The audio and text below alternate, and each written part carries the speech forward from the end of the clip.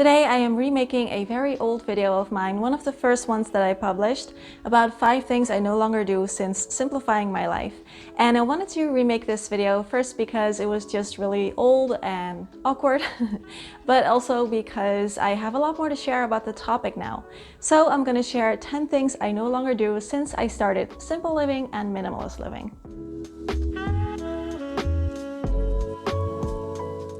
This video is very much based on my own personal experiences over the last 8 years or so. And as always, take from this video what you can use and leave the rest. And if some of these things add value for you, then definitely keep doing them. This video is sponsored by my friends over at Skillshare, and I have free trials to give away, so stay tuned for that. And I also have 2 updates that I wanted to share with you, and I'm going to do that at the end of this video, so stick around. The first thing that I no longer do since I started simplifying my life is weekly commitments. And I do still have some of them, but most of the time I try to keep things flexible whenever possible. I don't know about you, but this is how it works for me when I have a weekly commitment and I have to do a certain activity, a certain day of the week each week. It kind of kills the joy for me a little bit, even if it is something that I really enjoy doing. That's just how it works for me. So when I realized that I wanted to keep things as flexible as possible. Of course, it's not always possible. Like, I have Japanese class on Thursday nights and there are more people involved. So of course it is a set day of the week, and that is perfectly fine. But most of them I've tried to simplify, and I really prefer to do things whenever it feels right for me and not because it is a commitment and it is set on that day of the week. Another thing that I've stopped doing is throwing parties in my own home. And I don't even really celebrate my birthday anymore, at least not in a big way. I just like to go do something fun, like go to dinner, and that's it. I think throwing a party is a lot of work and a lot of stress, and to be honest, I personally never really enjoyed that part before. And my birthday is also right in the middle of summer, and in my experience it was always the case that half or more than half of the people I know are on vacation. Not this year, but still. And so I would always wonder and worry if I could get enough people to come to my party, or if it would be this really sad party. And I got a lot of party stress. So I figured I'm not going to stress about it anymore, just go out, do something fun, and that is a lot better for me. The third one is agreeing to go to things that I don't enjoy just because I feel that I am supposed to, or because they are really hip and hot right now. And of course, this could be a number of things. So let's say that a colleague invites me to go to their wedding, and I do not really have a personal connection with that colleague. It's just that they invited everyone from work and it's really far away or something like that. I will probably politely decline. And of course, if it is a friend, it's a different story. But even if everyone is going to go and I'm the only one who's not going to go, it doesn't really bother me anymore. I think that saying no to things can just be as important as saying yes to the right things.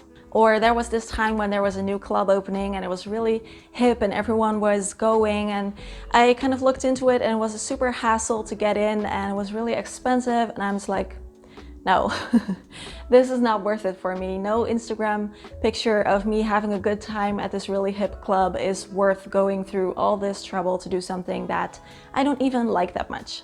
And the same goes for going on holiday to places that suddenly get really, really popular. You know what I mean by now. And if something is just, I don't see the value in it, I'm not gonna do it, even if everyone else is doing it. And if that makes me weird or boring in some people's eyes, then, you know, I'm okay with that. Something else I don't do is social media. And of course, this is a little bit different for the last couple of years since I started this channel, which obviously is online.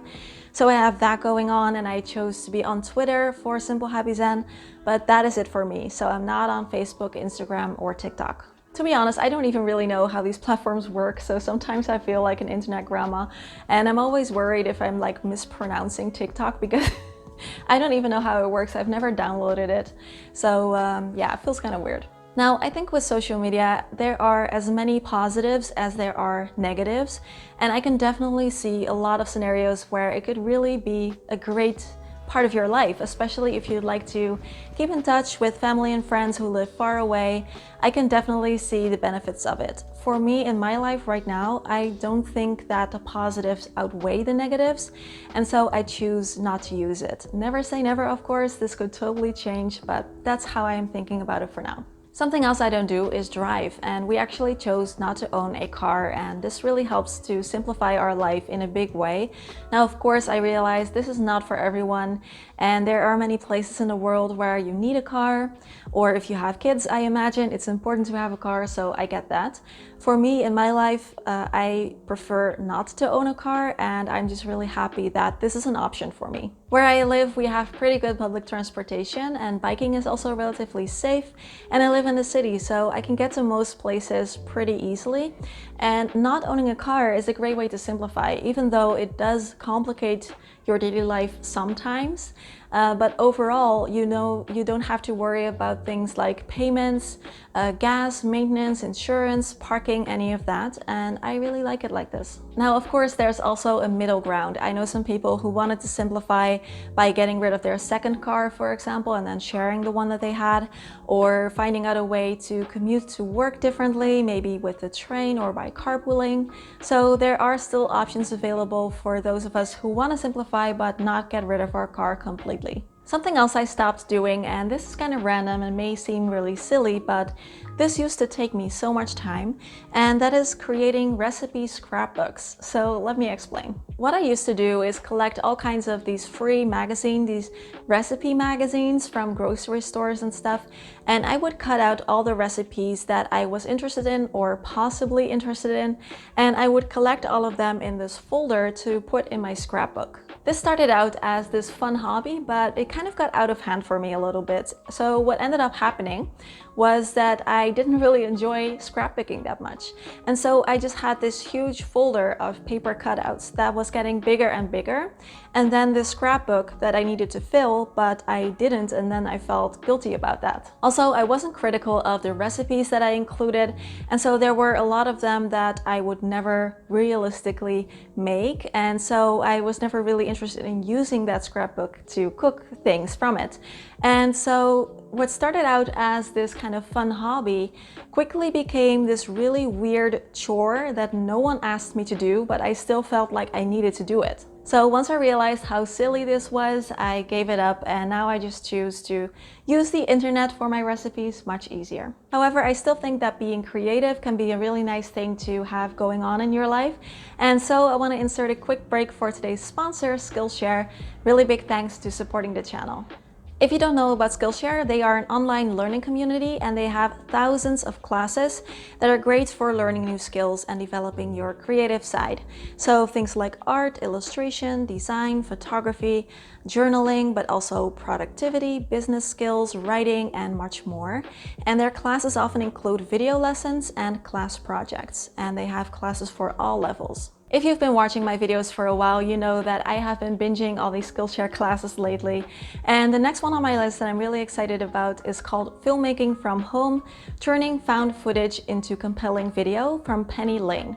She's a filmmaker, and she talks about how you can use found footage or stock footage that's available into a very interesting video through storytelling. So I'm really excited to dig into that. Another one that I enjoyed recently is called Productivity Masterclass, Principles and Tools to Boost Your Productivity from Ali Abdal, who's a doctor and a YouTuber, and he talks about how multitasking is a myth, for example, and how we can stay productive but also have balance in our life, which is something that really spoke to me. What I also like is that the classes are usually under 60 minutes long, 90 minutes at the most, and they are divided up into these very short sections of only a few minutes each, so it's very bingeable. If you feel like trying it out, the first 1,000 people to click the link in the description box will get their first 2 months for free of premium membership, and after that it's still quite affordable because the yearly subscription works out to less than $10 a month. So big thanks to Skillshare. Let's get back to the video.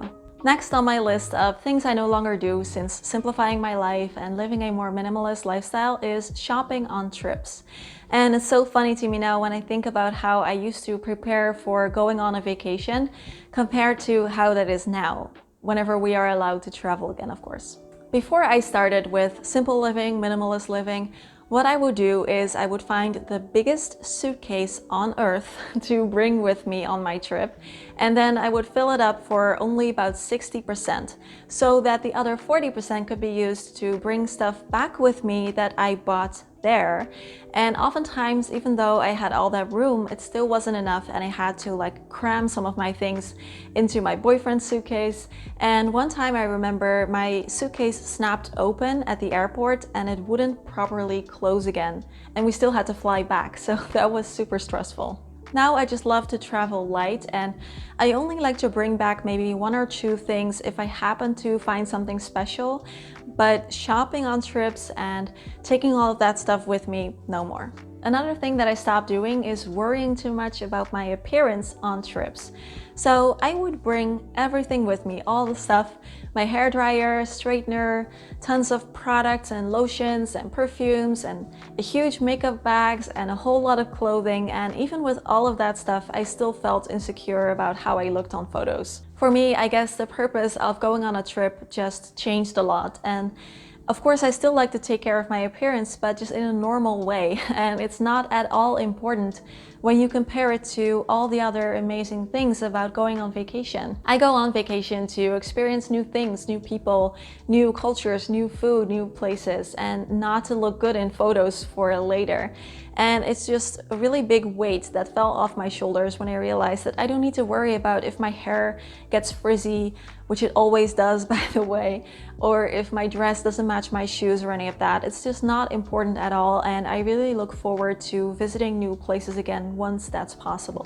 Another thing that I wanted to include that I stopped doing is making exercise schedules for myself, and instead just do the kind of physical activity that I feel like doing on a given day.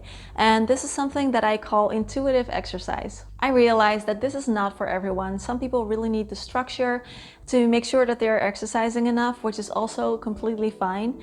For me, I realized that this works better because it's actually more fun and more enjoyable for me now. And I am actually doing something physical most days, whether it's going for a walk or doing yoga or playing tennis. And it just makes it a lot more fun and enjoyable for me to just do based on how I feel, how much time I have, how much energy I have, things like that. I talk more about this in my Healthy Habits That Changed My Life video. I will leave the link to that video in the description box as well as right here, if you feel like checking it out. Last thing that I wanted to share with you before I move on to sharing my updates is that I stopped making New Year's resolutions or long lists of goals for the new year. This could probably use its own video, so if you're interested in hearing me explain this more and go into depth more about this, then please let me know down in the comments, because I really don't know if people would be interested, but maybe I can make a video near the end of 2020. I just do not believe in big New Year's resolutions or having this insane list of things that we need to work on or improve about ourselves or change about ourselves.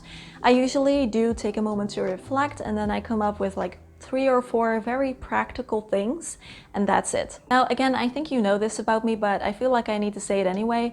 Please don't think that I am judging you if you are making New Year's resolutions or if you're really into the whole goal setting thing.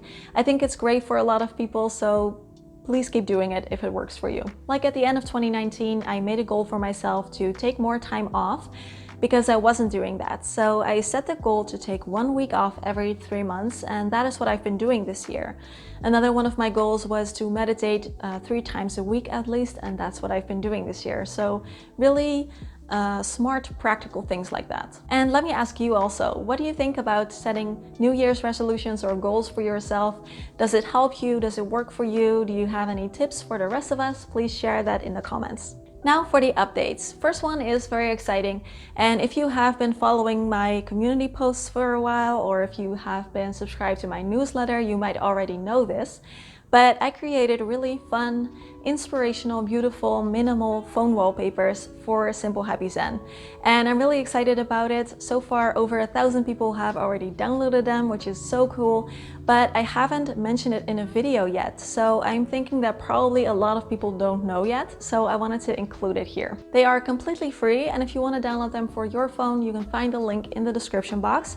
There are 8 different designs, and some of which also have dark mode versions available.